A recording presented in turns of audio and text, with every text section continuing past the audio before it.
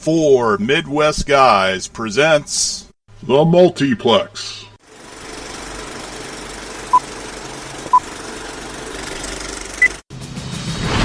Where should I go? What should I do? Frankly, my dear, I don't give a damn. Do you expect me to talk? No, Mr. Bunt, I expect you to die. Here's Johnny. I have come here to chew bubblegum and kick ass. And I'm all out of bubblegum.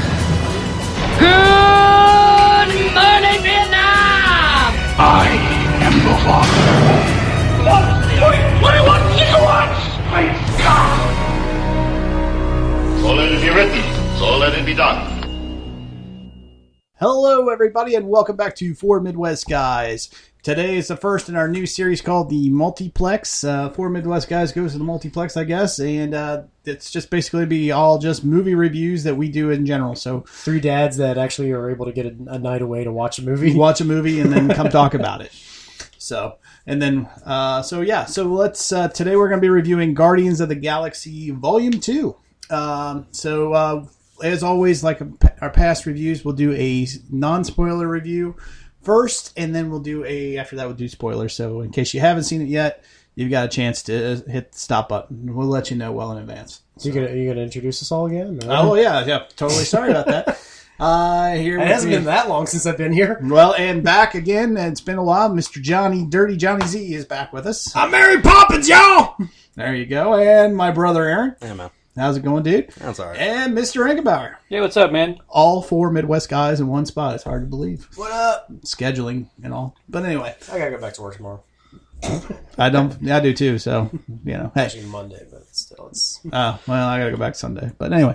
All right, so let's get right into our non-spoiler review. Again, this will be non-spoiler, so it's just going to be kind of a yes or no kind of a question. You can go into a little bit of explanation, but let's try to hold back on the spoilers, guys. So, first of all, overall, is it worth seeing? Yes or no, Brian? Yes. Yes. Okay. Aaron? Yeah, I thought it was a really good film. Okay. John? Absolutely. I thought it was, it's a great way to... it's a kind of a great way to kick off the summer. It's a fun movie, and surprisingly had a really good heart to it. So yeah, I think it's definitely worth going to see. Yeah, I agree with that. I think it's worth your view. I keep going back and forth whether it's better than the first one or not. It's right up there with it, in my opinion. So yeah, definitely. It's definitely worth your view. What did you think of the acting, Brian? Is the acting good, bad, and different? Yeah, I think it was just as good as the first one. I thought. Yeah. Everybody did the role except for, like, we were talking before the podcast. We were talking about Stallone. I didn't care for him either. Right. Well, it's kind of hard to care for Stallone. Well, I mean, it's a bit of a cameo thing, so it's hard to judge it too heavily. Except it came up a couple times, so I don't know. There's just like the outfit made his face look way more bloated than I think it is. No, that's. Is that just Stallone's face now? That's kind of Stallone's face now. Just keeps. There's some bro bigger. that I've been listening to a couple years ago that would like keep playing Drinkenstein. So Drinkenstein. Actually, for anybody who ever has seen and had to endure a rhinestone, Drinkenstein. Yeah. I think he might be bloated because of all the steroids he's probably taking these days, but. That's just the growth hormones to keep him in the same Rocky size from like 1976. Hey, yo. But yeah, I thought the acting was really well as well.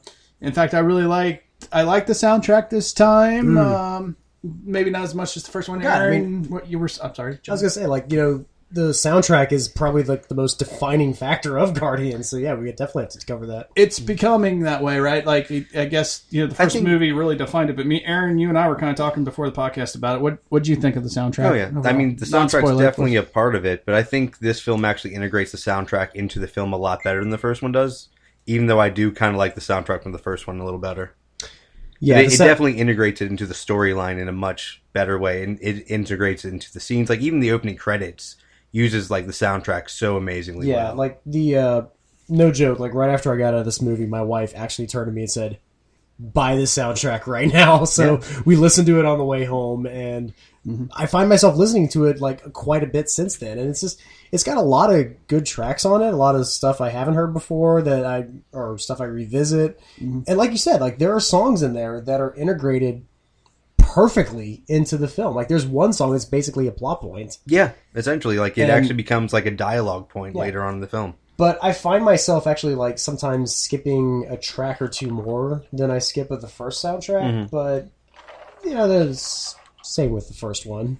Yeah, I actually thought the first soundtrack was better. Yeah, like Aaron said, but it's becoming a staple, or it is a staple now, I guess, of the Guardians in the Galaxy universe, I would say. Yeah, it definitely is. Like, I think if we went into the third one and it just erased the soundtrack for kind of the background noise we have in a lot of the other Marvel films, it would definitely be a missed feature.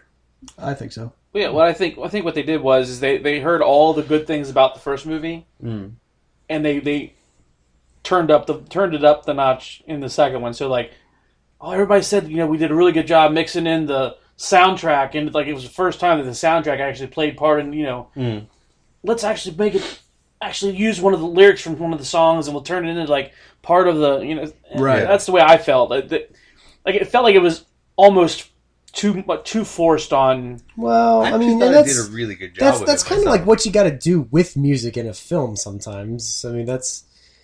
I mean, you don't want to just have it as just background stuff. It's like, because that was my biggest problem with Suicide Squad is I felt, and I really want to check somewhere, I really think the soundtrack was an afterthought after Batman v Superman got so much slamming that they were like, we need something to lighten it up. So they went the Guardians route. Like, if you watch the trailer for Suicide Squad, it's really had that feeling of Guardians. The company that edited the trailer was actually an outside company from Warner Brothers, right? And they actually had a different take on it, and they supposedly did some of the recuts to actually make it closer to the trailer cut.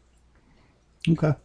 All right, so that kind of concludes our spoiler section, or spoiler-free section, I should say. Yeah, we spoiled so much shit in that, dude. What the hell? I know, and that's why I was going to stop it right there, because I feel if we go any further, we're going to start talking about actual plot points and about the movie in general. So overall, I think the consensus is the non-spoiler is definitely go see it. It's I can't believe Moon Ride. and then when it took the connection to the cinematic universe by adding into it. So you mean the duck? So hey, from this point on, it is you've been warned. Actually, you've been warned. A few spots before. You've been warned. Now you've been completely warned. From this point on will be spoilers. So if you do not want to be spoiled, stop this podcast now. Hit pause, go see the movie, and then come back and listen to us. Howard Duck is the only Guardian of the Galaxy left. No, but I mean, he is in the film, and it was a good cameo. That was a cameo. That was a good cameo. I really love how they keep bringing him back in the Guardians films for just spots here and there. I think they do just to piss off the people that don't like or him. Maybe to piss off the guy whose company they bought out. Something, yeah.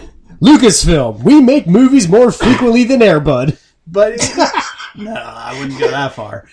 They make them once a year, dude. Anyway, but they're good. Anyway, yeah.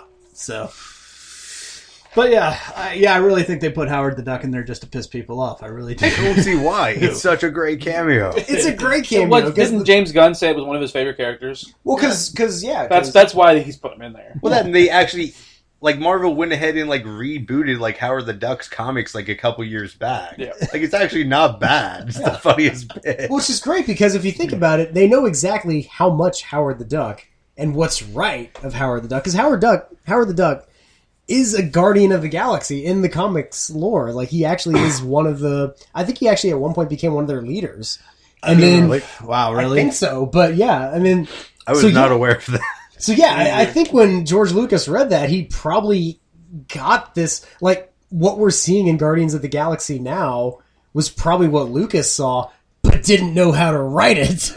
You could maybe put him in Rocket's place, but it would not be as effective. Not even a little. Nope. Oh, the Trash Panda. Yeah, let's talk about Trash Panda, because I liked him, especially in this version. They definitely went way deeper. He just made him total asshole. I mean, he was now in the spoilers, right? He winks with the wrong eye. Yeah. He's like, I did the wrong eye. Didn't I? You know what? What I like about this is, and like with Rocket, what a good sequel should do is they allowed the characters to basically evolve. They allowed you to see more aspects. Right. I mean, because to think about, like, when you think of a person, you think of, like, what's the next stage that someone with this personality would go through, and then Rocket would continue to be a bit of an asshole and push people away. And, Yeah, because he was an asshole in the first film. well, he was, yeah. But now that he's finally got like a cohesive group that he sticks with, and, But at the same time, it's not like he's not still trying to steal prosthetics and shit. yeah, I know, or steal anything for that matter. Like the whole movie kicks off because he tried to fucking steal something. From the batteries. Yeah, the batteries. Yeah, I like how they kept the eyeball gag going in this Yeah. one. He's Yeah. like, take Yeah. his eyeball because he Yeah. won't know where it's at. Yeah, I like that. That was good. And they all wanted to play the music. He's like, we don't need it. Oh no, we need it. he can't live without it. Yeah, so I thought it was great. I thought Rocket's asshole level was brought up to. Well, yeah, but it was also like a really nice touch into Yondu's character later on in as well. You kind of have that connection of the tie-in that those two had, and that one scene when Yondu and He's him like, are "You're talking. me." It's like, when they basically say, "I get you. I know why you're doing this," and he just tears him down. He does. He completely he's like, "Oh, you do this because this." It's like when I do this. He's like, you don't have to do that. It's like it's exactly the same reason, and it's James Gunn really did a great job writing this. Well, he did. It was a lot of good subplot lines that were involving you. Not only did you have the main one being obviously Ego, the planet being Star-Lord. Yeah, I was going to say, we've been talking about Rocket all this time, and we haven't even gotten to the main plot. No, we'll get there. But it was just just one nice little subplot that I loved in all of it. Also, in terms of action sequences, even with how they integrated that with Rocket, it was amazingly well done. Like, you have that entire, trap in the forest sort of scene. Where he's bouncing. Oh my God, that was hilarious. I was laughing out loud. You just see him going up in the air. Just him running around the trees, and just a little laugh that he had every time he's going up, setting off one of his traps. Yeah, I even liked how he was humming the music through the mic or whatever, through the walkie-talkie. Yeah, this guy would have made Macaulay. I mean, this trash panda would have made Macaulay Culkin his bitch. Oh, exactly. And then you have later on when he's actually escaping, the Ravager ship with Yondu. Yeah. Against Taserface, the scene was Taserface. It's great. It's metaphorical. Oh my God! When I first went on Facebook and they said we're bringing Taserface in as a character, I went, why? And then I saw it. I went, you beautiful bastards! You know exactly how to bring in a character named Taserface. But they used so good against him, which was beautiful. When they get blown up, you tell them the man that sold them out was Taserface. That's the person, Dude, I love the that last scene so person much. alive laughs at us.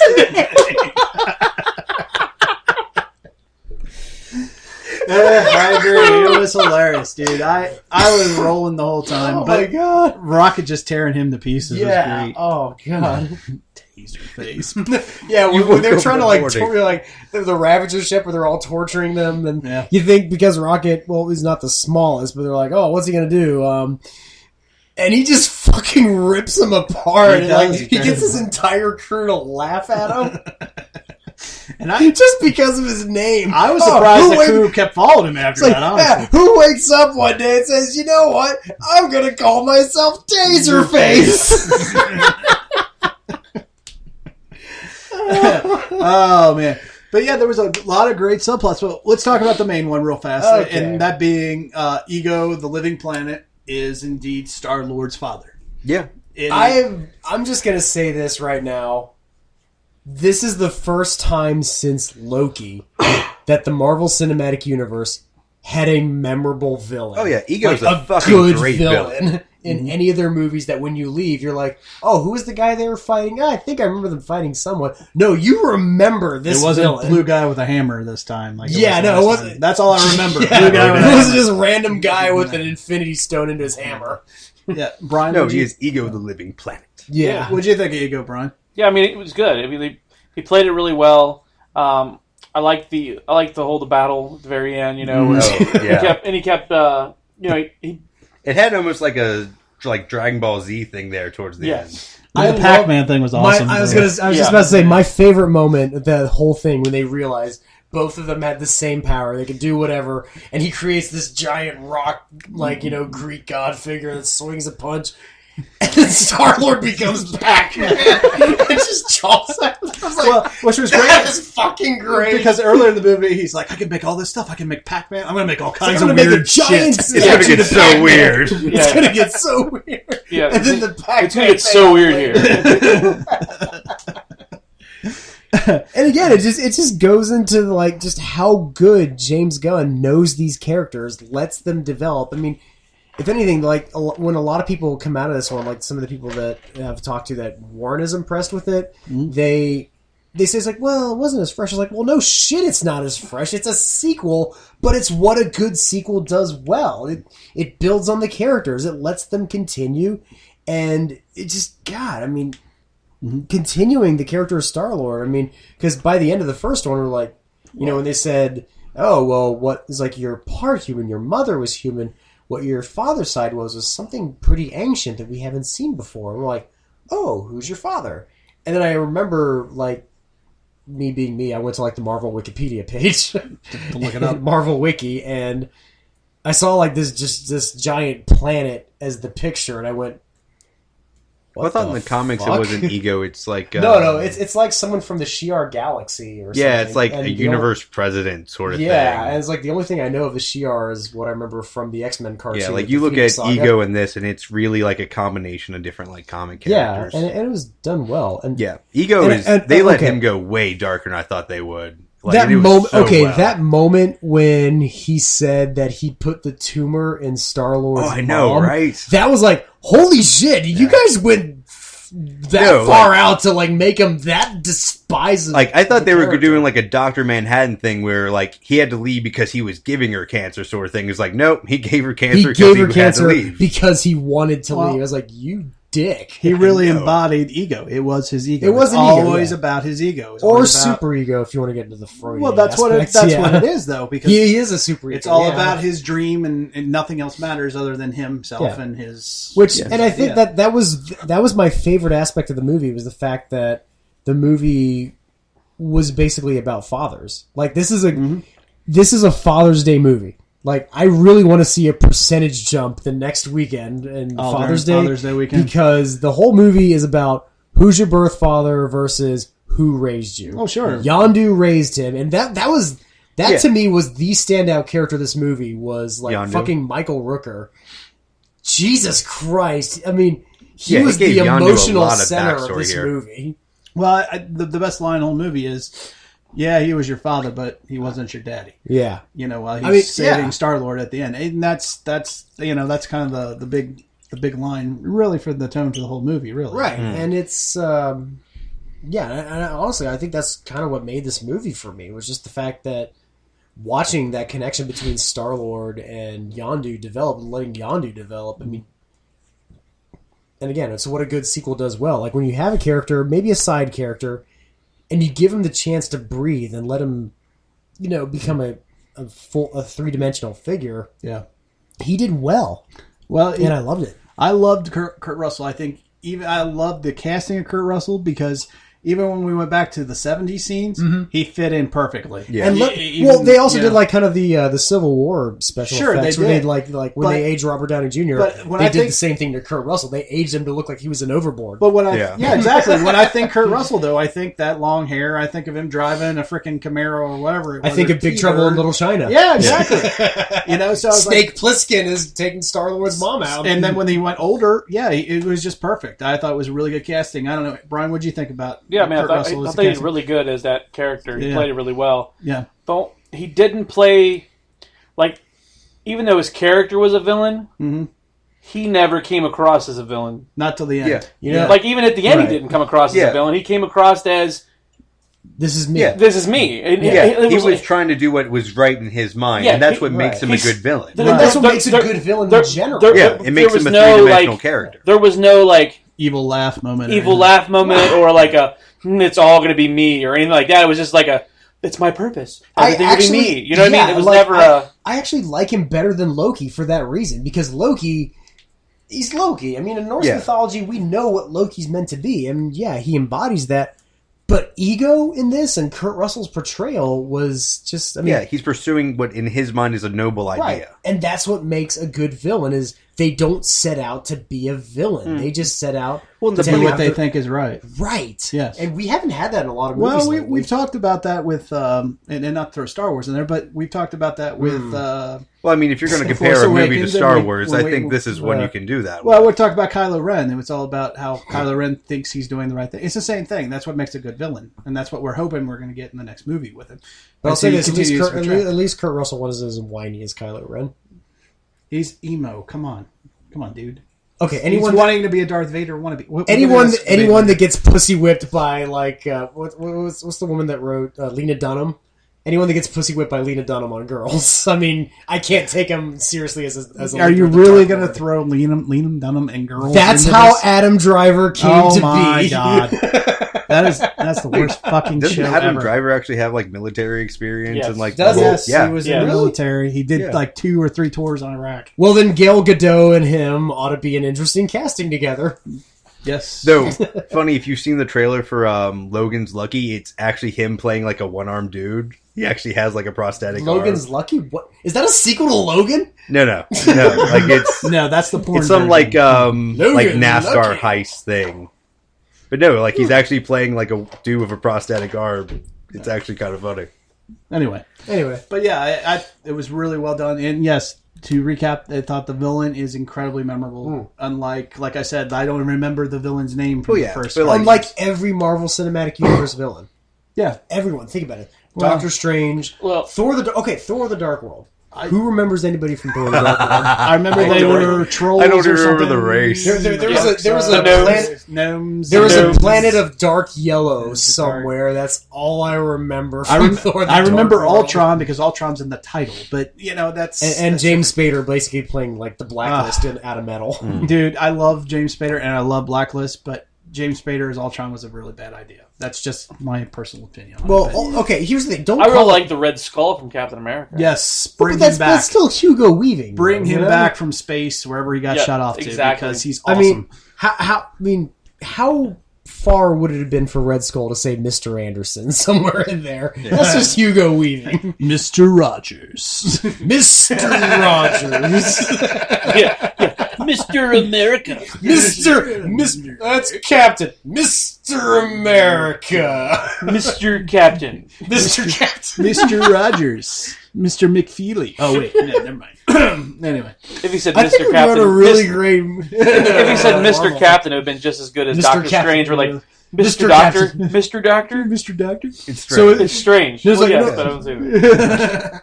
I didn't spend 6 years in Strange Medical Academy to be called Mr. Thank You. Oh, God. All right, let's move on. Who remembers Mads Mikkelsen from Doctor Strange. But again, who remembers these villains? Or whatever. Celsius. Below. I actually liked him as a villain. Because it's Mads Mikkelsen. Yeah. I mean, but I think of that, and you had Dormammu at the end, which was kind of cool. Yep. I still don't like that bad guy, but anyway. But I'll say he has like an entire graveyard of his own children like beneath his palace. It's kind of fucking cool. I'll say this about and I know we're talking about Doctor Strange right now. That is for every event film that comes out, everybody always has the end of the world or the end of the city or the end of all creation. Doctor Strange is the only time in which a hero outwitted the villain by a mind game. Maybe. Within the Marvel universe, I'm sorry, but it still looks like the villain from Green Lantern. I'm telling you straight up. But did the Green Lantern actually use a mind game with him? It was a little bit better, but he was still the villain itself. It was just a big cloud with a face on it. Did it need to be any more? Doctor Strange defeated him with a mind fuck. But did it need to be any more? Yes, I would like prefer what? something. I would prefer something more villain. If you have an entity universe, facing a human, and the human plays a trick, it feels like a human playing a trick on a god. On a god? So yes, you don't need another human because, sure, we've seen tricks played on other humans, but this feels like a... But we're talking about Guardians of the Galaxy Volume 2. Yes, let's digress. Let's move on to Groot, guys. I loved Groot. I knew I was going to like it from the trailer on. Well, opening you knew you were credit gonna like sequence Groot from the end of the last film. If we're being honest, right? Okay, but that opening credit sequence to this movie... where he's dancing and the is monster's in the background. Okay, Yeah, it's the great. fight scene is in the background. When do we see that in any big $200 million It's actually film? a great That scene is because it's just fucking doing brilliant. multiple things Well, at once, and you're just paying attention. It's similar back to and the forth. first one though, because it's Star-Lord in the first one. But we dancing got around. that whole chase scene though. We Right. never shoved an action sequence to the background. Ever. True, and it was just a big bad it was just a monster, but Right. still, But then you got Groot dancing to credits. which was great. And chasing a fucking rat. it was Yeah. great. And then riding He the pushes rat. somebody's like, "Ugh," and he's like, It's like, Groot, Yeah. Groot, yes, hi, I see you. What are you he's doing? like, he's like, I'm Groot. And he's like, he wasn't looking at you funny. Spit it out, spit it out. But one of the things I found so amazing about that is I really thought that monster fight was going to be like middle of the movie. Yeah, I did. I was too. not expecting that to be the opening credit. I didn't. That is why I give that opening scene so much credit because... Oh, it's great from the beginning. And yeah. first off, it's a great song. I mean, back to the soundtrack. That, to me, the only context I have with that song before that was the Eternal Sunshine of the Spotless Mind trailer. Yeah. But now I'm just like, I see Baby Groot dancing and chasing that thing. But once and again, then this is having a an really action good scene in the example of how it background. integrates the soundtrack. Yes, exactly. And credit to the guys who did the trailers too, because I like you, Aaron. I thought that was going to be maybe middle of the movie. Yeah, honestly, part of the climax, something. Like I knew Ego was going to be part of it. I actually wasn't 100% positive he was the villain going into it. No, I didn't either. I wasn't sure. And that was kind of nice, actually. In fact, I was a little confused that they put him in so early. I was like, oh, I thought he'd find him midway through He's the like, movie. he's like riding, Riding like a round spaceship. To Yeah. He's riding. like a little it's one-inch freaking man. buffalo. Well, it reminded me, that spaceship reminded me of the frickin' egg from Mork-a-Mindy. I was thinking of like the Hitchhiker's Guide to the Galaxy that too, ship, yeah, you know? same thing. It was just like, okay. But, Well, from him being on top of it, it kind of had a weird Doctor Strangelove thing too. Except like he's almost like riding it like and holding onto a rein sort of thing. I kept thinking of like Super Mario World, that game when like Super Mario Galaxy. you're jumping on Super Mario World for the Super Nintendo when you're riding all those dolphins and you're Okay, I can kind of like see a that. whole wave of them.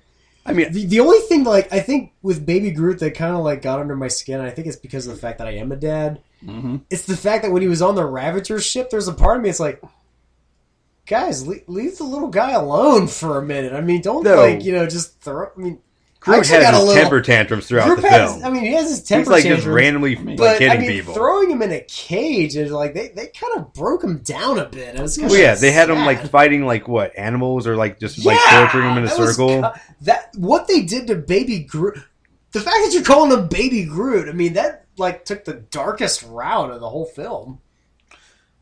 Yeah, I mean, it was they had to kind of beat him down. It was kind of like bullies picking on a little At the same kid. time, Yeah, like I think after they were got done, that. I they mean- just let him walk around. Oh no, I mean, I mean, after a while, I was like, okay, I get why, but for a while, I was getting a little uncomfortable. Yeah, a little bit. I mean, maybe that's kind of the darker side if there was one to the movie, other than the ego. But what I loved about Baby Groot, I guess we'll just call him Baby Groot. Well, at this point, I think we can call him Teen Groot now. Well, that's the at end the credits. end credits, which I was kind of expecting. I was like, yeah, that'll be in the next movie.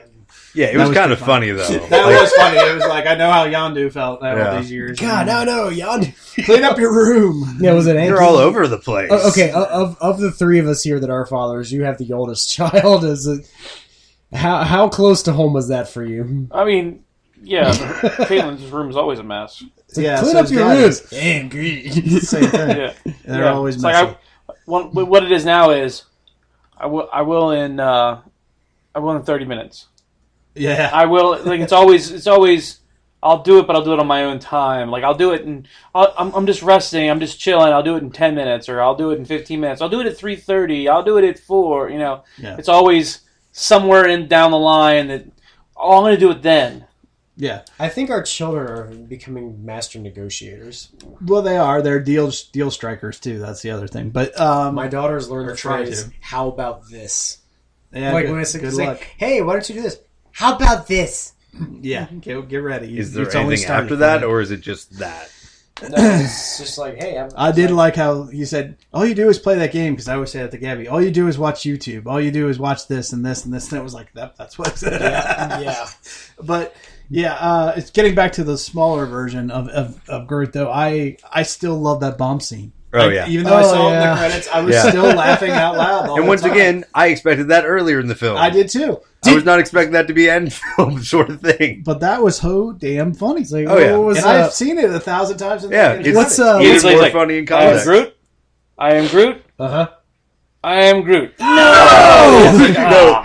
I do love how in the actual film, Star-Lord's actually going around like, hey, do you got duct tape? Yeah, what's Gamora's sister's name? Nebula. Nebula. It's like, did you ask Nebula?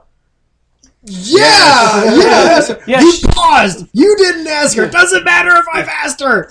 You have an atomic bomb. Yeah, you're the only one that would possibly have it. It's that kind of comedy that really is gold when it comes to. That's why I say I think it's a great summer movie because it has the action scenes. It has. Oh, that's the other thing I want to touch on is. This may have been the most colorful movie I've seen in the cinema in a long time. Like every different thing has a different color pattern. It felt like you're like just getting drenched in like multiple colors. Well, I mean, hell, you have an entire golden race. I was going to say Doctor Strange. They started with Doctor Strange, but this one was like overwhelmingly more for me. Like it felt like a new wave of cinematography. Almost. And maybe that kind of goes back to the whole comic. Not to make it bigger than it is, but it's all about escapism and not and immersing yourself in a whole new world and and trying to feel good about yourself in a world that's not so bright and colorful. Just saying. I'm not trying to go too deep and more metaphorical. Which again is kind of a musical, which I actually had to have that discussion to kind of segue a while. One of the reasons I wasn't so big on La La Land, where they're like, oh, this is a musical. I'm like, okay, if you think of like what the great musicals were, West Side Story, Sound of Music, Singing in the Rain, those are dark movies. I mean, Sound of Music is about the fucking Nazis, for God's sakes. West Side Story is Romeo and Juliet. There's some dark stuff that happens in, like, ironic musicals, like, they, like you said, like, they have kind of a happier tone to them. It's like, right. But to go on talking about metaphors and not getting metaphors, let's talk about Drax for a minute. I like Drax a lot better in 2 than I did in Volume 1. Not that I didn't like him in Volume 1, but I thought he was better. And again, it's like him progressing as a character. Yeah, Brian, what'd you think of Drax? Yeah, I mean, it was good to see him progress. They used him more comedian this time. Because last time it was about revenge for his family. This time, you could tell this time it was more like he was with his friends. So he was, he in his own way was more open to stuff, and he was like, "You're ugly on the outside." That's a joke. I just made it up. It was like, and that's the other thing too. Is like I think his relationship with Mantis was both funny and at the same time kind of heartfelt. Where he's like, what are you doing? I'm picturing myself with you, so you can see what I'm talking. You have those moments, and then you have the moment where he says, "You remind me of my daughter." Yeah, I was just like, yeah, I think this is a film that really allowed all the characters to have a lot more of those heartfelt moments. Like, there's a scene where Mantis actually like touches him, like when he's thinking about his dead family, and you just see her just start weeping. Yeah. And like that's actually like a really just it's touching a moment. Scene. Now she takes the emotion away from the other person, right? She can feel it, she or feel it, or she can feel it. She can actually like put her hand on someone and because feel after what that they're feeling. he did. She was overwhelmed with his emotion. Yeah, after that he did tell her, "You're not ugly on the inside." Because he's like, "You're ugly on the outside," and then he's like, "But you're not ugly on the inside." That was that's what I used to tell my daughter, or something like that. Whatever he said. And it's I've actually yet another subplot in this movie. And I've seen some people like get up in arms about the how they portrayed Mantis in this film. It's like, oh, they made her so passive or whatever. I'm like, okay, really? She was perfect for what the story had in mind. Like the scenes that she's in this movie are so emotionally complex and funny too, that she fits right in. That in later films they can develop her into the character also, in the comics. It's almost the beginning of a story arc where she's transitioning because she's more or less betraying the guy that raised her. Right. Yeah. And it's such a. I don't know. This is starting to where I like get into the whole when people start getting offended or whatever about things like. When Iron Man 3 came out and people were like, "Oh, that's not the Mandarin. I mean, the Mandarin's not such as." I'm like, well, they wanted to take a different route with it. It's like it's a different route and it's interesting do you really want to have like the character who's a stereotype from the 60s and 70s? This is a better Mandarin. And it's the same thing with Manus. Manus is so interesting in this. Like, her scenes, like the scenes that you guys are talking about, she is fucking great in it. I was really upset that they cut that one scene from the trailer.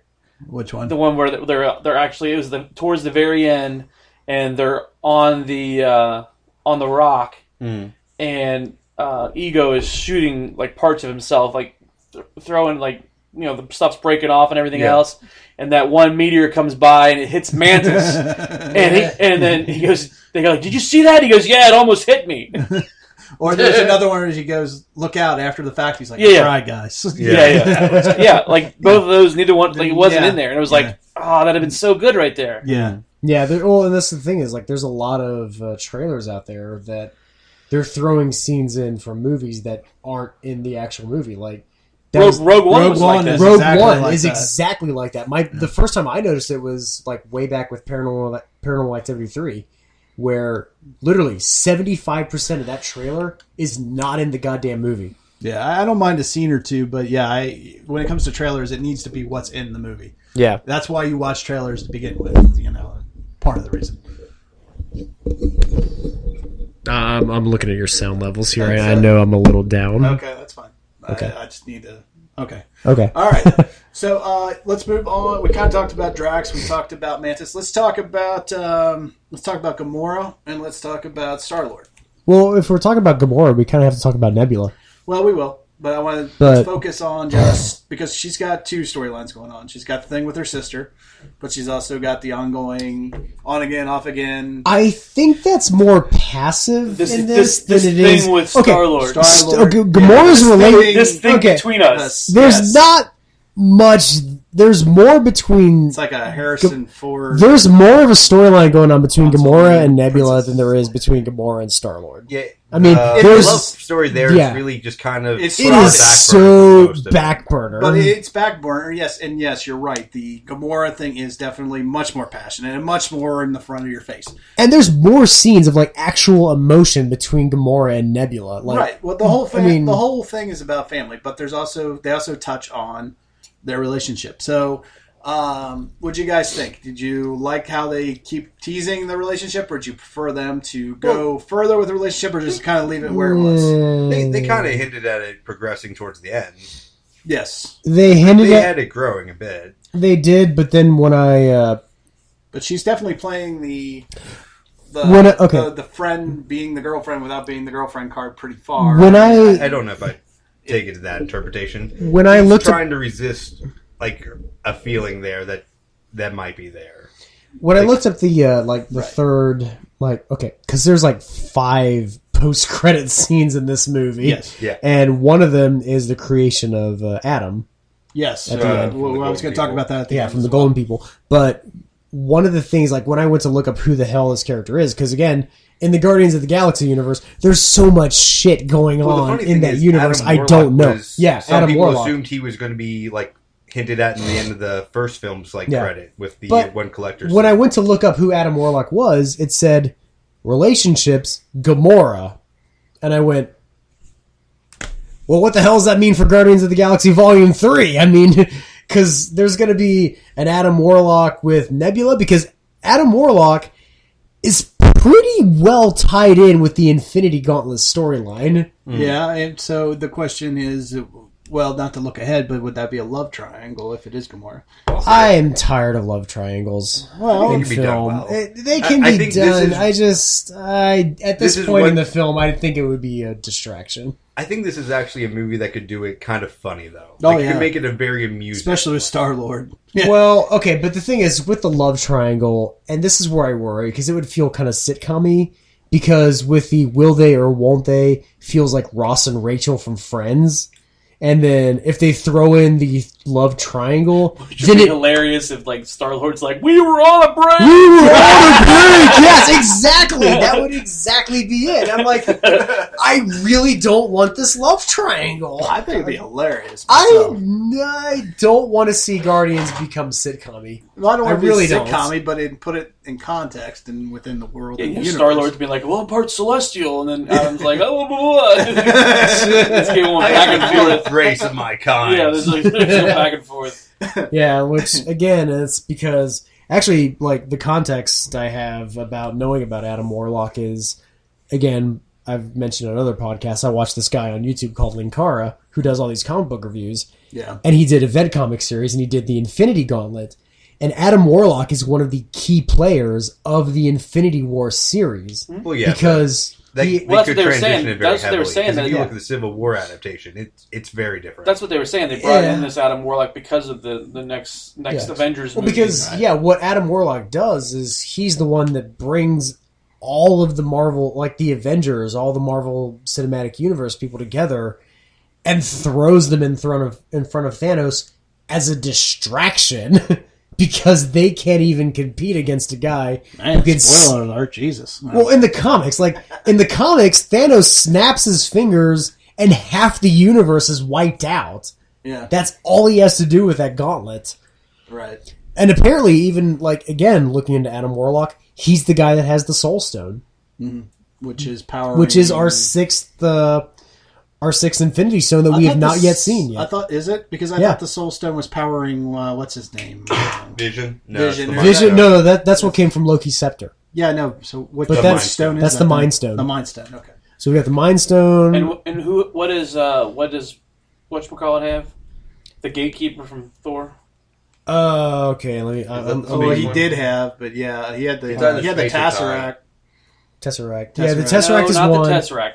The Redstone? The Gatekeeper. Gatekeeper. He has something. Yeah, no. The yellow one. The guy with the eyes and the sword and stuff. All right, Idol or whatever his name is. All right, so what we have is the Mind Gem, the Soul Gem, Space Gem, Power Gem, Time Gem, and Reality Gem. I think it's Space Gem.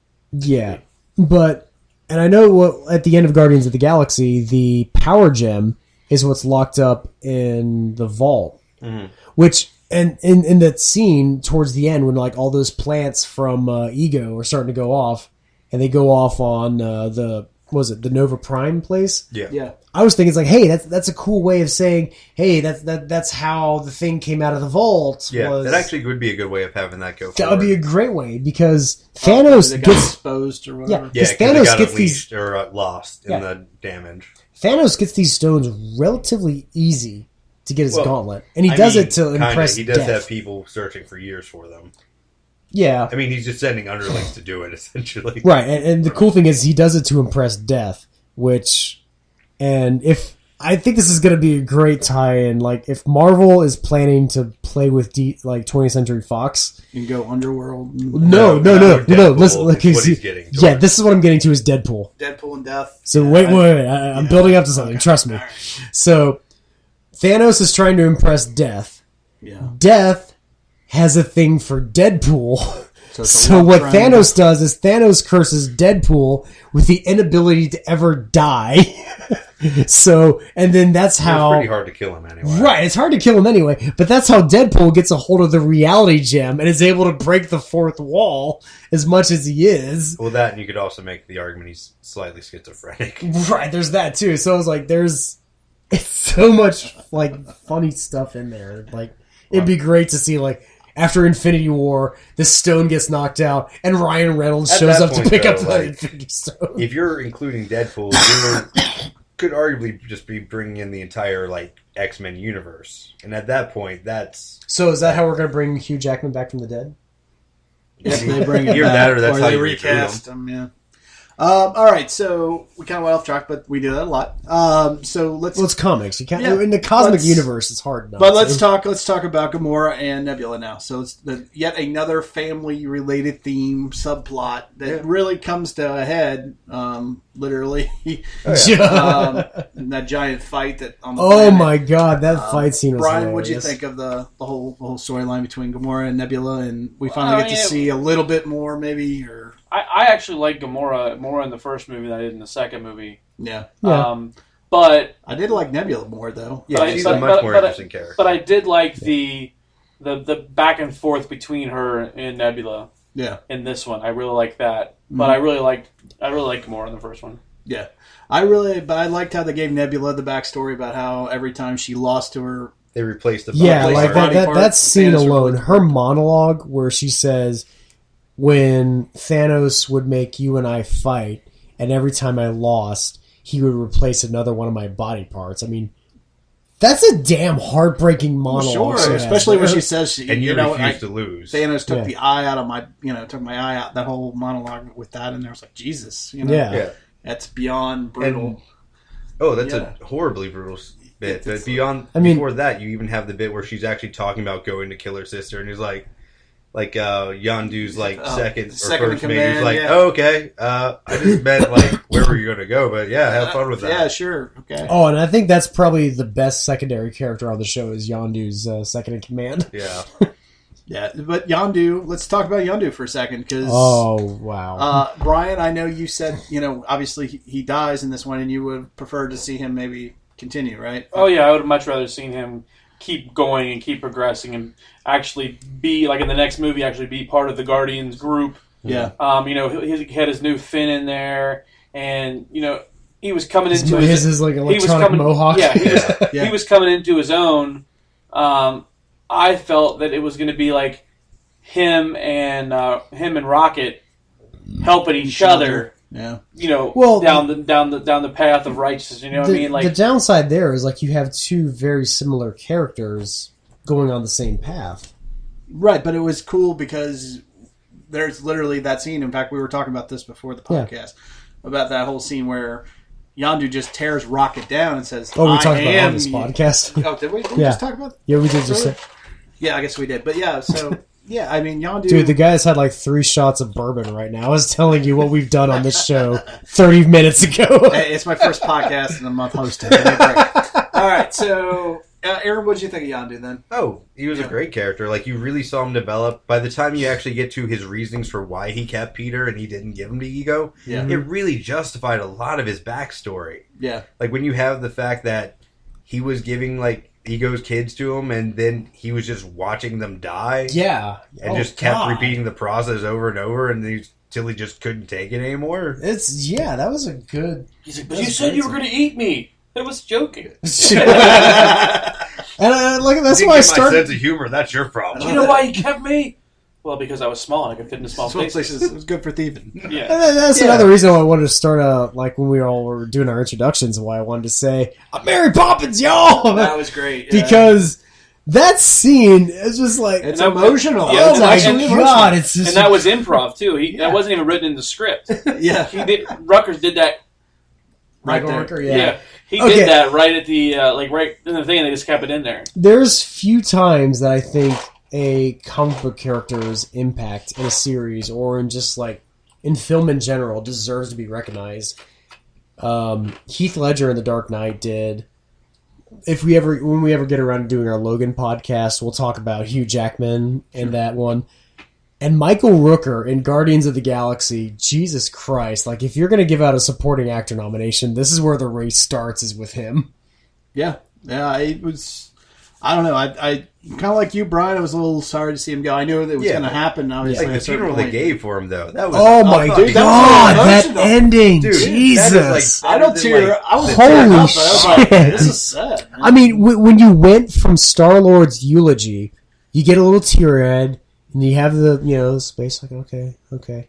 And then you get the rest of the Reavers showing then you also up, have giving the Reaver funeral. Body. Yeah, and you're just Jesus! You're burning his body and sending the ashes into space. Which I think that was when I was talking about the color palette being so bright, as colorful as it was. It was basically a build up to that moment. Yes, and emotional. Yeah, it's just it's a cinematographer and a director knowing what your color is going to do in a film and knowing that you need to have that much of an impact with it. Well, and I think that just probably gets back to the last topic I want to talk about, and that's the overall theme of the movie, which is obviously family. Yeah. It's all about family, different versions of family, whether it's Drax looking at a Mantis in a different way and coming to like her, and whether it's sisters or whether it's father and son, or whether it's your friends that you consider family. Or it's the person that raised you versus who's your actual blood father. Right, exactly. Which is the whole father stepfather relationship that some of us have had, and it's personal. It's a great fun movie, but it plucks at those little emotional undertones, which is what a and good it was way summer more emotional movie. than I think any of us were expecting going into it. I definitely it's what a good summer movie needs to be, and that's why I say sometimes. When I talk about movies like The Dark Knight or Inception or stuff that comes out during the summertime, they're just like, holy shit, this is a really good summer movie. I mean, there's times that popcorn films can elevate beyond what is just expected to be passive entertainment, and that's what this movie does. It elevates itself it's just like well a classic beyond film popcorn. on its own. Yeah. It's not just like a summer film at that point. And I think that's what Guardians of the Galaxy has going for itself, is even if you don't like the comic book movie genre, if you're getting tired of it, this movie elevates itself beyond that genre. This series has elevated itself beyond the genre. It's a great series of movies that they pay attention to their characters, their worlds, their stories, what they represent. I mean, that is what a great story is supposed to do. And and again, it's great. It's escapism, right? It lets you escape the real world, and yet it still reminds you of things in your life, and you can relate to and invest to and get invested with the characters. Getting invested, that's what makes a classic. It's like, and that was my biggest problem with Batman v Superman. It was you didn't have any characters you can get interested in or care for. Whereas with Thief, it's almost the opposite way. There's almost all the characters you like. Yeah. With maybe the exception of Taserface, and that was even funny. Then I still like Taserface. I want him to come back just for more jokes about his name. I mean, Jesus. Yeah, but there's cameo characters like Howard the Duck, where it's yes, they brought him back, and he's just having a good time. Good, yeah. And when we were talking about Sylvester Stallone, and it's funny that it's actually in the bar with all the little sex bots, and we never openly call them sex bots, but they clearly are. It's kind of amusing. All right. Okay, Brian, you got anything you want to add about the film? Okay. Let's. You were just sitting there. Brian shook his head no. For those of us that can't see that on the podcast, good. Okay. Just do not wish to comment on Howard the Duck and the sex bots. No, sex bot. What would you like to contribute to the sex bots, there, Brian? So real, he's still shaking his head no. Real quick, we kind of gone over everything. We went through characters, and we pretty much talked about. So we're talking about the sex bots now. Consensus about everything we liked. So, was there anything that you maybe didn't like about the movie? For me, it was Sylvester Stallone. I didn't really like his acting that much, but it was a very small thing. But Brian, what's yours? You could think of anything? I don't know. Some of it felt too forced for me. Okay, that's fair. A lot of it was placed just right. Yeah. But some of it felt like they were trying way too hard in this one. Like they heard the reviews of the first one and tried to force a little too much of it into the second one. That's like what? What did you think was forced? Like some of the music tie-ins, I think was like that. Some of the lines, some of the comedy parts, they felt a little forced. But other than that, I thought it was good. It was pretty minor. Yeah, pretty minor stuff. Okay. Yeah. Eric, anything? No, I really didn't have any issue with any particular part of the movie. I actually enjoyed it for the most part. Okay. Don't get me wrong, I wasn't thrilled with Stallone's performance, but it was okay. But it's Stallone. It's kind of hard not to. It was also a very small part. But, but still. John, I gotta be honest. I mean, when I go into a summer film, or a comic book film, or I'm sorry, graphic novel film, for those that actually are purists out there who listen to us. When I go into these movies, sometimes, I went in kind of a bit oversaturated with comics at this point, and it still felt fresh to me. So I kind of went in with slightly low expectations. If anything, I just didn't want a carbon copy of the first movie, and I didn't get that. Yeah. But at the same time, I felt this movie was really trying. I didn't feel it trying too much, but I could see the direction it was going in of what it wanted to do, and it achieved it very well for what I thought. So there wasn't a lot I didn't like about it. Mm-hmm. I actually can't think of a moment that I said, that took me out of the world it was in, or that I felt didn't feel right or felt was wrong. Like the only time if I had a nitpick of it, mm-hmm. I guess it was kind of the clumsy way that Ego said, and that's when I had to plant the tumor in your mom. I'm like, oh, dude, I love that bit. It's a great bit. That's but where it goes dark, yeah, man. But at the same time, in terms of when you write out dialogue, which I've done before, and you think of these moments where people interact with each other and talk and how they bounce stuff back, it just really felt like I have to throw this plot point out there as opposed to it just comes out naturally or it felt. But going back to Brian's point, maybe it felt forced. Yeah, that was the only part that maybe felt a little forced. But by that point, I was so into the story and the characters and the journey they were going on that I didn't care. Okay. So it's one of those times you can overlook the flaws to say, hey, it was fine for me. All right, real quick, probably one of the bigger after credit scenes. Or there's two of them. So there's 5? Well, there's 5 total. But there's 2 kind of big ones. So let's talk about... We've already kind of touched on Adam, so let's talk about Adam for a second. Obviously, sounds like from what John told us earlier in the comics, he's going to might play a fairly big role in the Infinity War coming up with the Avengers. Mm-hmm. Possibly, do you think... Because I don't think their Guardians Volume 3 is in the works until after. Oh, isn't Adam Warlock the only other person that can handle the gauntlet? Wear it? No, Nebula actually holds on to the gauntlet for a while. Oh, because I think everybody holds on to the gauntlet because the gauntlet actually allows whoever wears it to wield the power. The power of all 6 stones. Because from what I remember, Adam was one of the only ones that could do it. He was the only one that talked any kind of sense into Thanos too. Yeah. There was actually some back and forth between him and Thanos of, what is right and you shouldn't be doing this and that kind of stuff. So I mean, I'm sure we'll see something like that. That's how big this character is. Yeah. Mm-hmm. But it sounds like we're not going to see him until Avengers 3 because I don't think Guardians Volume 3 comes out until after the Infinity War. If they wanted to, they might be able to have him somewhere in the Captain Marvel film. Yeah, right now I've just that might be a bit of a stretch depending on how. Does Captain Marvel come out before Avengers? I actually don't think we're going to see him until Avengers 4. Really? To be honest. Infinity War, and then we'll get whatever they title the next. Yeah. The Infinity War 1 and 2. I think we're going to get part 2. Yeah. Well, the funny thing is, I just pulled up on IMDb, and they have a page for Guardians of the Galaxy Volume 3. Yeah. It says production status, production announced. It's not even in development. It's not even in pre-production. It's just our movie just crossed the $300 million domestic mark. We're going to find a way to Let's make a third one. Yeah. Right. I mean, obviously they had plans to do ahead of time, but still. Yeah, they don't even have Chris Pratt announced on it, so.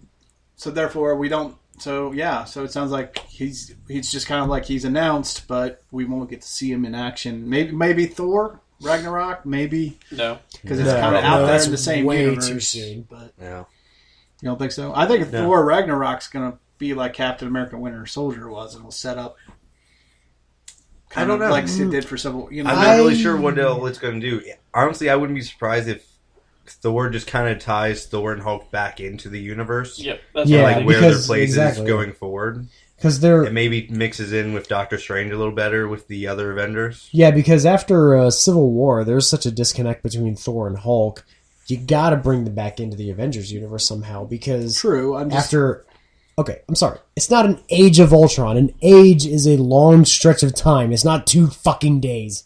But we've got to come up with... There has to be at least a little bit of a setup going into the Avengers, right? At some point. I mean, there's got to be a little bit of a... There's probably going to definitely be a bit of... I actually thought we'd get it in like post-credit scenes, but at the same time, a lot of these movies have all been kind of setups for the next Avengers. Yep, I think it'll probably happen as like the end of this one, end of the new Thor movie. They'll come back to Earth. Well, that we're getting Black Panther before the right next Avengers as well. They'll see them come back to Earth and probably interact with maybe Stark, or It's gonna crack me up, right? And then like the extra like the post credits, because we're getting Ragnarok before November. yeah, but we're getting that before we get Black Panther, right? Yeah. Which is gonna so it should be Thor, Black Panther, and then Avengers. Right. So we'll probably get a or Black Panther, Captain Marvel, and the credit scene with like it pulls them into like the Black Panther-esque, like being told of Winter Soldier or of Black Panther or something. Right. You know, it's going to be so funny if Hulk just crashes into, I thought Avengers... Black Panther's kingdom. I thought Infinity War was next year, though, right? It is. So is Black Panther. Yeah. Really? Yeah. Wow, okay. All right. Which is funny because between, like, we're at the part where we're getting, like, multiple Marvel movies a year. Yeah, I know. It's hard. We're getting real... And that's the thing is... Phase 14. Yeah. Okay, am I the only one that... I know we've been talking about these comic book movies for a long time since we started this podcast.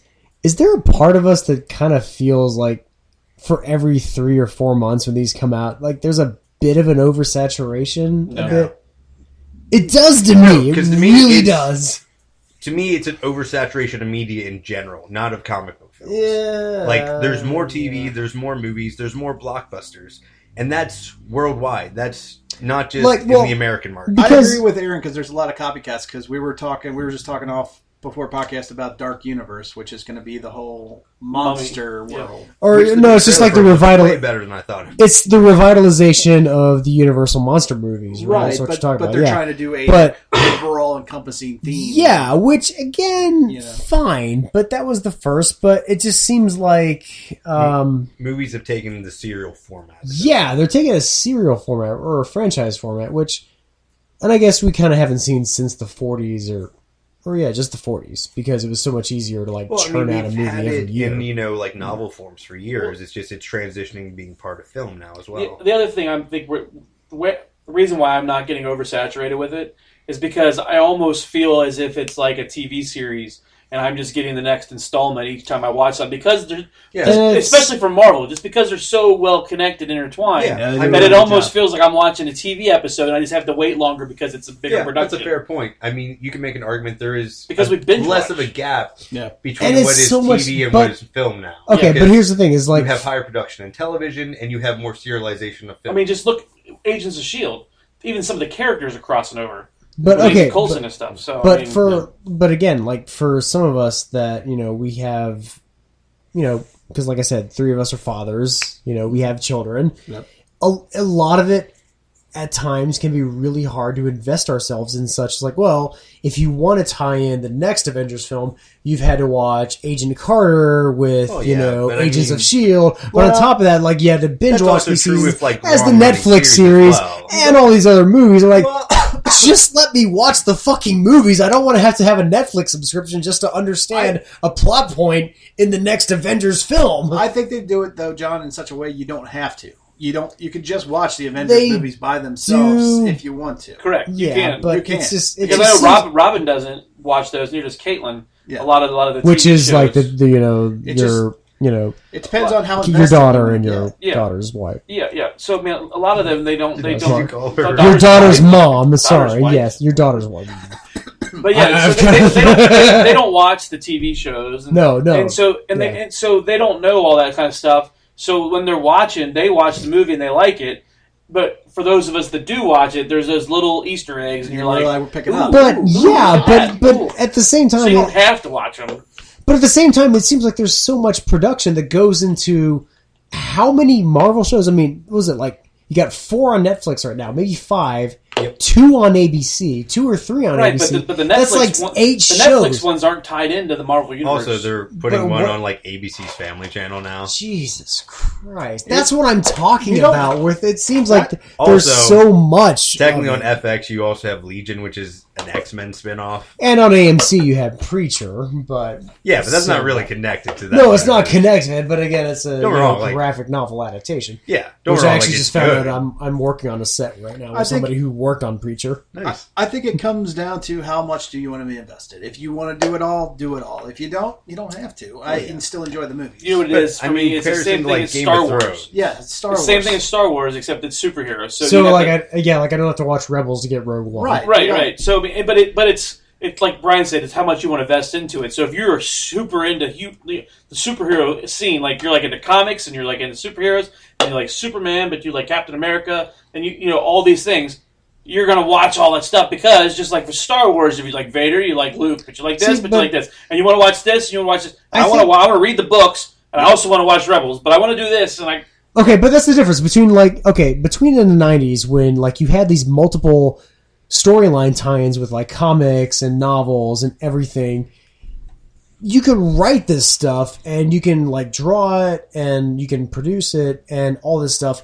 There's a lot less capital investment that went into that than goes into $200 million movies every year versus, I don't know how much of a budget gets invested in a TV series. There's quite a bit of a budget, trust me, on TV series. There's a lot more money that goes into this stuff. Sure. Versus, that's why I feel a bit of an oversaturation because like when it's, when it's just comics and books and when you're reading them, with that stuff, you can take in the Easter eggs or whatever, great, but that also could just there's be like a lot less of there's a lot less money in the production that goes into it. To saturation? Yes. Why? Because it's money that can go into other stuff. Well, yeah, but you're talking about... We can go into... like I say is like there's stuff that can go into like, so much other... But I don't see them... Stuff that's... I don't see dramas ending. I don't see other franchises you don't see rom-coms ending. There is definitely... Actually, I will... What's funny... Movies all the time. Okay, I gotta say this, and that's actually... It's funny because I actually started thinking about rom-coms lately. There's less romantic comedies produced now than there were produced 10 years ago. Well, because, let's face it, 10 years ago, they really started to suck. It got to the point that nobody started watching them. And then superhero movies started making money, so they'll put money where they can make money. It'll transition to something else. Yeah, transition to something else, yeah. It's like it's like what Spielberg was saying about them. Like, they are, today, what the Westerns were in the 1950s. Or if you go with the spaghetti Westerns of the 70s and how dark the 70s were until the spaghetti, Star Wars comes out and reinvents spaghetti Westerns in the 50s and 60s were a subgenre because they're Italian productions and they didn't get a big release in America. They were a subculture. They were like what gets released in the Esquire here versus what got released in the Multiplex. Okay, fair point. But let's just say the whole genre of the 70s till Star Wars comes out. Let's discuss the 70s, please. Discuss the 70s? I will discuss the 70s happily with you. You do? Okay, fine. Let's just the darker tone of everything. You were coming out of post-Vietnam era. Everything that they were releasing was not very bright. It wasn't about future. It wasn't exciting. Star Wars comes along, which is why Rocky the year before was a big hit, a $1 million production that made $117 million at the time. People wanted to escape and they want to feel right. good. They wanted to escape us because they wanted to feel good again, and Rocky came out literally at the bicentennial, 1776, 1976. Okay. It was a perfect time for the American dream, and it was a time when Americans wanted to feel better. Okay, and it was. And I actually watched the whole thing. Star Wars was essentially the end of what was known as the Midnight Movies, which started in the 60s with a film called El Topo by a Russian filmmaker, pardon my inebriation and my fatherhood mindset right now. But he was a guy that started the Midnight Films, which was like kind of a underground, movement of cinema, which started that. It started the Rocky Horror Picture Show. Okay. And then that became kind of a subculture. That was a time in which the early 70s had a subculture in film. And then when Star Wars... In the 70s, you had a subculture in most media forms. Star Wars, when they brought out that subculture, no one expected the subculture to become culture. Mm-hmm. And that's the time in which it brought all the elements of the post-Vietnam era, of the midnight film, of all this stuff that just came right to a head, and it did it in such a way that it brought everything back out. Yeah, and it brought back the metaphors, and it brought back the excitement. Well, no, it brought... it did. It's okay, more than metaphors, what it did was it took existing tropes in what he studied from both Joseph Campbell's, hero mythology and everything. Uh-huh. But it also took both Western mythology and Kurosawa filmmaking which goes back to the 50s. Yes. So, I mean, which, that's why I said George Lucas at the time was the budding Quentin Tarantino because he knew how to, basically he was the best ripoff artist of the time. Yes, he was. And but because he didn't know how to develop writing. Tarantino knows how to develop writing. Well, Lucas got obsessed with effects. Well, here... We need True or false? Dialogue of Tarantino is better than dialogue of Lucas. Yes, I'll give you that. There you go. But that's another podcast, my friend, because this is supposed to be about Guardians of the Galaxy. Yes. So, all right, so we've discussed Adam, so let's move on. You wanted to go into 70s, so I got into 70s. I can... You really went... I can tell you 70s. Yeah, we can debate the 70s later. We'll call it the 70s. All right, the 70s with John. Just like I have my own podcast interview from that. Exactly. Go fuck yourself. That'll be the podcast after the trains. You asshat. I told you I'd bring that into this. Who calls somebody an asshat? Really? Seriously? Anyway, all right. So what was I going to say? So the other post-credit scene. We have the Ravagers getting back together underneath Stallone as their leader. I don't think it's going to turn into anything. Dear God, don't turn it into anything, No, please. I think it's just a nice little post-credit scene. It's a reference to the original Guardians cast, which I think now is considered Guardians 3000, something like that. Yeah. Is it? Okay. What do you think, Brian? Do you think they should or shouldn't? Yeah. Oh, I think they shouldn't. Okay. Yeah, I don't think they should. I do think, like Aaron said, I think it was just a nod to the original. Nod to the original, but I don't think they should. I think it's going to be the next Netflix series with starring Sylvester Stallone. No. No El Topo. No. Look up El Topo there. El Topo. Chatterbox. El Topo. El Topo. And Chatterbox. Look up that one. All right. Yeah, no. No. I'm not going to... No, we're not going to talk about a talking... No. No. All right. And now you've got our audience interested in Chatterbox. You could also look up Teeth. And again, you can reach... Yes, look up Teeth. You can reach... That's John Zanardelli at... So, moving on, I think we've covered everything, and we're an hour Dear long. God, what the hell haven't we covered tonight? So, before we go even crazier, let's get right to final thoughts and grades.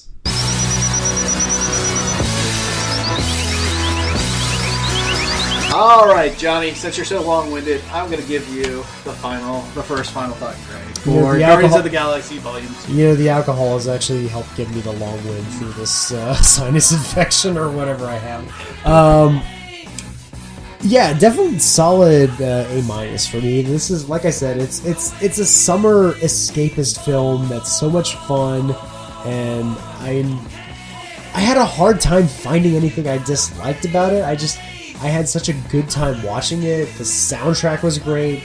The interaction between all the characters was fun. It was great to watch them all develop. It was a great damn time in the theater. And my wife and I, we hardly get a chance to go out. And every time we go out to the movies, and it's sad to say, the last movie we saw in the theater was La La Land. And if anyone knows my thoughts on that, she hated that movie more than I did, so we have had a hard time enjoying a movie together in the theater, and we both really enjoyed the film. It was a great time. Cool. Awesome. I love this movie as well. I would also give it probably an A to an A-. I keep going back and forth. I can't decide if I like this one better than the original or not. It's up there. It's close. It's damn close. But yeah, overall, it's fun. It's colorful. It's in your face. It's hilarious. But it also hits those family undertones, and it hits your heartstrings with it too. And it's a great escapism. It's worth seeing in the theater, and it's worth paying whatever price they decide to charge you to see the movie. It's that well done, and I can't say anything more than that. Aaron, I'd give the film a solid A. I think this is, at this point, it's more or less Marvel's morally relative Star Wars film. Yeah. It is a space soap opera that has a heavy basis on the soundtrack. You have lovable characters in the group dynamic setting that plays a large effect. And it's fun, it's heartfelt, and there's really nothing to dislike about it. Okay. Brian? I'll give it a B+. Okay. I enjoyed the film. I like watching it. Yeah. It doesn't stick out there. Didn't resonate with you? No, I like the first one way better than this one. Okay. But I think it was because the first one caught us off guard. Yeah, we were. The second one, like I said, kind of felt forced a little bit, but okay. Overall, B+. This is a good movie. Excellent. All right, so where can you find 4 Midwest Guys? Well, it's real easy these days. You go to the number 4 MidwestGuys.com. Again, that is the number 4 MidwestGuys.com. And John, what was that? Do you remember what that was? What is it? It's number 4 MidwestGuys.com. That's right. Why'd you ask me? It's because you were looking at your phone. Because I just looked up that Alejandro Jodorowsky was the guy that directed El Topo. El Topo. Watch El Topo. There'll be a podcast soon called El Topo. All right, and then El Trino. All right, and then El 70s. Yeah. You know, I guarantee you, I know more about 70s than our train loving friend does. Coming soon. The 70s. Coming soon. It's a long story. Circus trains versus the former Midwest guy, the drummed out Midwest guy. He's like the fifth Beatle. He's the he's the drummer. Was it the original drummer? Yeah, he's the original drummer. You know, he's still around. We still love him. Anyway. I'm not the only one to check my phone during this podcast, there, buddy. Your phone went off during the podcast. Hey! I was. Am I in the Ringo in this situation? No. Ringo would create a song for the Beatles and they would hang it on the fridge. Yay! You actually provide very good substance. Okay. You're the George Harrison. You are. So, with that, and George was very talented. All right. He wrote that great ending song from Lethal Weapon 2. My references are just... I try to keep it on track, and you just... out of left field, dude. Anyway. Well, I'm off my meds, so... Are you? Yeah! That explains a lot. Okay, so again, it's the number 4 MidwestGuys.com, and there you can find all of our podcasts. There you can find everything's categorized. You can find links to our Facebook, to our Twitter, to our YouTube account. So follow, like, subscribe, our Podbeans, all right there. One page, one-stop shop. Again, that's the number 4 MidwestGuys.com. So please stop by, drop by, check us out, leave a comment for us. Let us know how we're doing. All right, Mr. Agabauer, thanks for joining us. Hey, thanks for having me, man. Thank you, sir. And my brother Eric, thank you, sir. No problem. And the Dirty Jay-Z. Alcohol is a great replacement for your medication, audience. Don't ever take my advice, ever. That's actually good advice. That is the best advice I can give anyone. Don't take my advice. I think I'm going to change your name. Now, your name is now El Topo. El Topo. I'll take it. All right, El Topo. All right, so... my midnight screenings are the keynotes. I don't know anything about your midnight screenings, dude. All right, this is B. Willie saying... so much more about movies. This is B. Willie saying we'll catch you next time.